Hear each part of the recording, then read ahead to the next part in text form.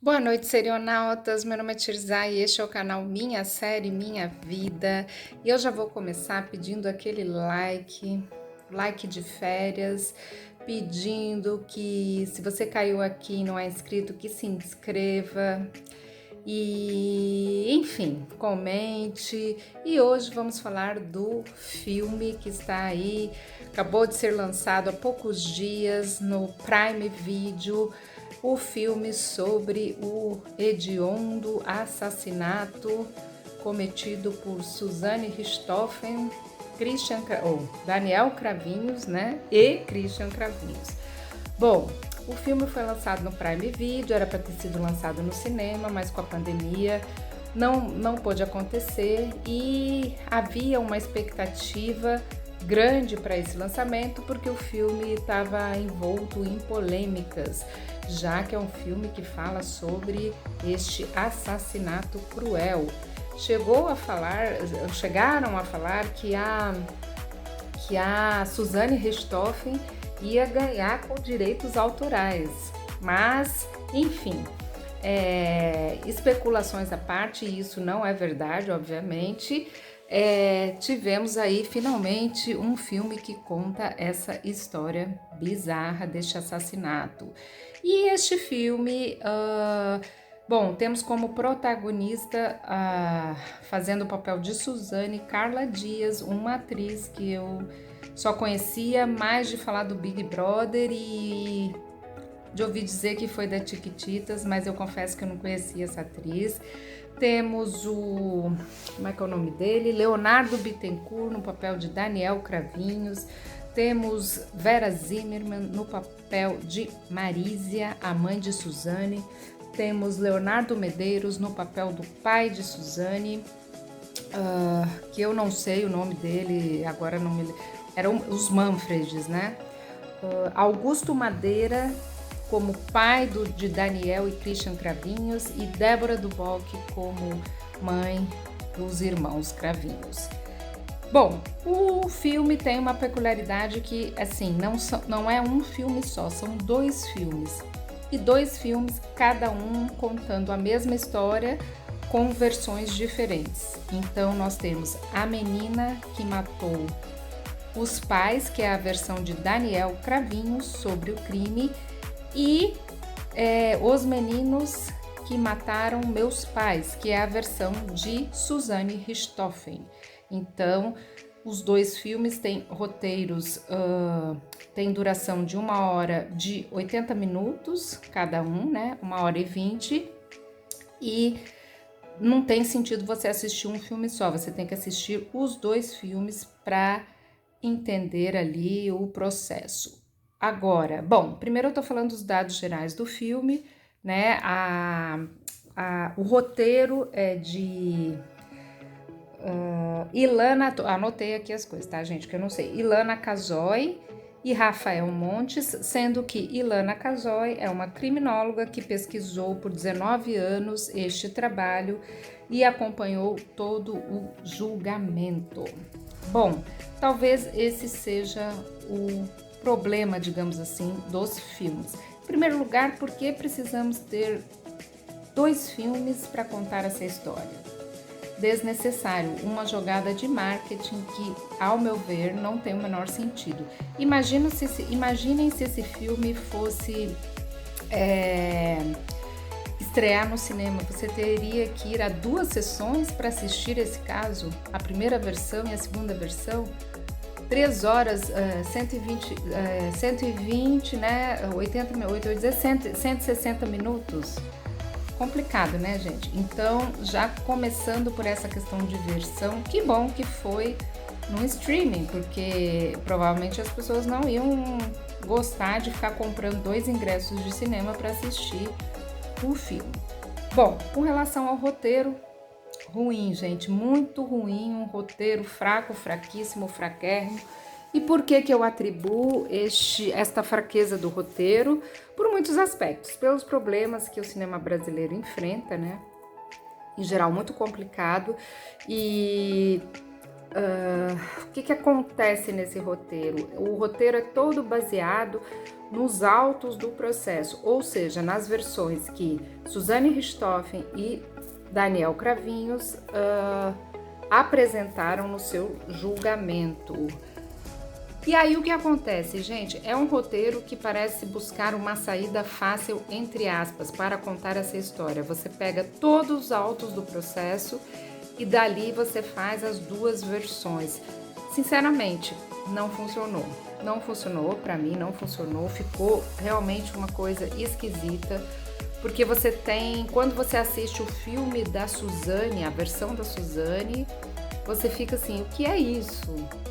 Tudo bem, no começo do filme você tem uma rápida explicação ali nos créditos de que aquele filme é baseado nos autos do processo. Mas se a pessoa não prestar atenção, é estranho. A forma como foi filmado não deixa claro para o espectador que aquilo deixa claro que é baseado no que ela falou, mas parece que é uma opção de roteiro, assim, é muito estranho. E aí fica uma coisa exagerada, inverossímil, exagerada porque parece que foi tudo gravado como se simplesmente pegasse o roteiro pegasse os autos do processo, selecionassem as cenas e dizia, vamos gravar. E aí com uma atriz que deixa muito a desejar no papel de Suzane Richthofen, afinal de contas, Suzane Richthofen ficou muito conhecida do público brasileiro, pois todo mundo acompanhou esse caso na época, com grande repercussão na mídia nacional. No início achava-se que eram bandidos que tinham invadido a casa, logo em seguida a Polícia Civil desvendou o caso e passamos a seguir então a horripilante história do assassinato. E acompanhamos a vida de Suzane na cadeia, sabemos de sua personalidade manipulatória, sabemos das suas entrevistas. Então, de uma maneira geral, a gente como público assistindo aquele caso na mídia, tinha uma ideia da Suzane Richthofen manipuladora. E aí você vê na versão que é a versão dela, ok. Mas aquilo para descer é difícil. E temos a versão de Os Meninos que Mataram os Meus Pais, que a menina que matou meus pais, que é a versão mais conhecida, que é a versão de Daniel Cravinhos. E ali você tem um pouco mais a coerência no depoimento, com dados mais consistentes em relação à família de Suzane, aos problemas de álcool, enfim, dos pais, aos problemas relacionados a essa situação que culmina com o assassinato dos pais de Suzane. Então, me pareceu que a versão do Daniel é mais crível, digamos assim, e foi a que mais que apareceu na mídia. Bom, o que mais que podemos falar sobre esses dois filmes? A atuação do Leonardo Medeiros, Leonardo Medeiros faz o pai. Do Leonardo Bittencourt, eu ainda achei melhorzinha do que a Suzane, porque a Suzane, sendo a personalidade que seria muito difícil uma atriz como essa Carla Dias encarnar um papel de forma eficiente. Com um roteiro quebrado, um roteiro que se apega totalmente aos autos do processo e o filme dividido em dois filmes, para mim foi a fórmula de um filme ruim de true case, de casos verídicos de assassinato. Coisa que a gente tem aí inúmeros, milhares de filmes sobre esse assunto, não tanto brasileiros, mas temos aí um arsenal nos streams de filmes que contam histórias reais sobre assassinatos bizarros.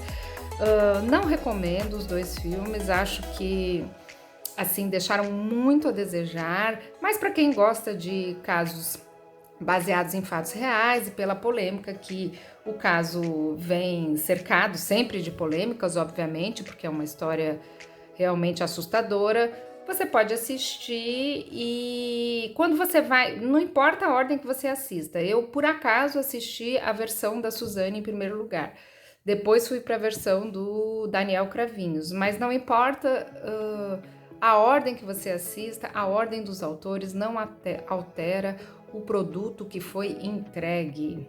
E, sinceramente, se ele tivesse estreado nos cinemas, teria sido, ao meu ver, um fracasso retumbante. Então, bom para eles que esteja no streaming, que as pessoas podem até com força, né, assim, empurrando assistir a segunda versão.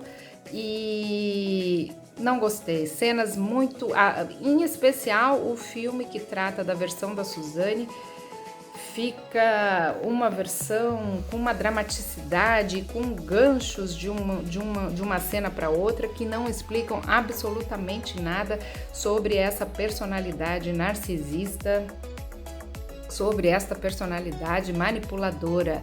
Ainda que seja a versão que ela conta nos autos do processo, acho que teriam 1000 maneiras de se contar a história desse filme. Ele não é um documentário, obviamente, mas poderia ter sido explorado de outra forma e não entendo a necessidade de se fazer 2 filmes, a não ser a questão mercadológica.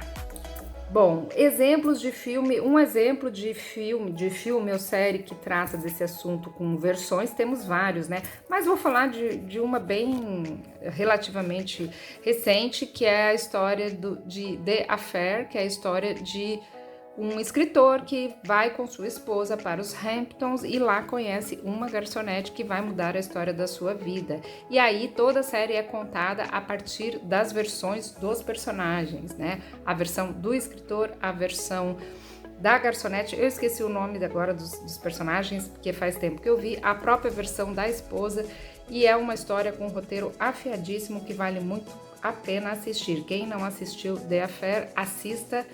Ali temos um roteiro de qualidade incrível.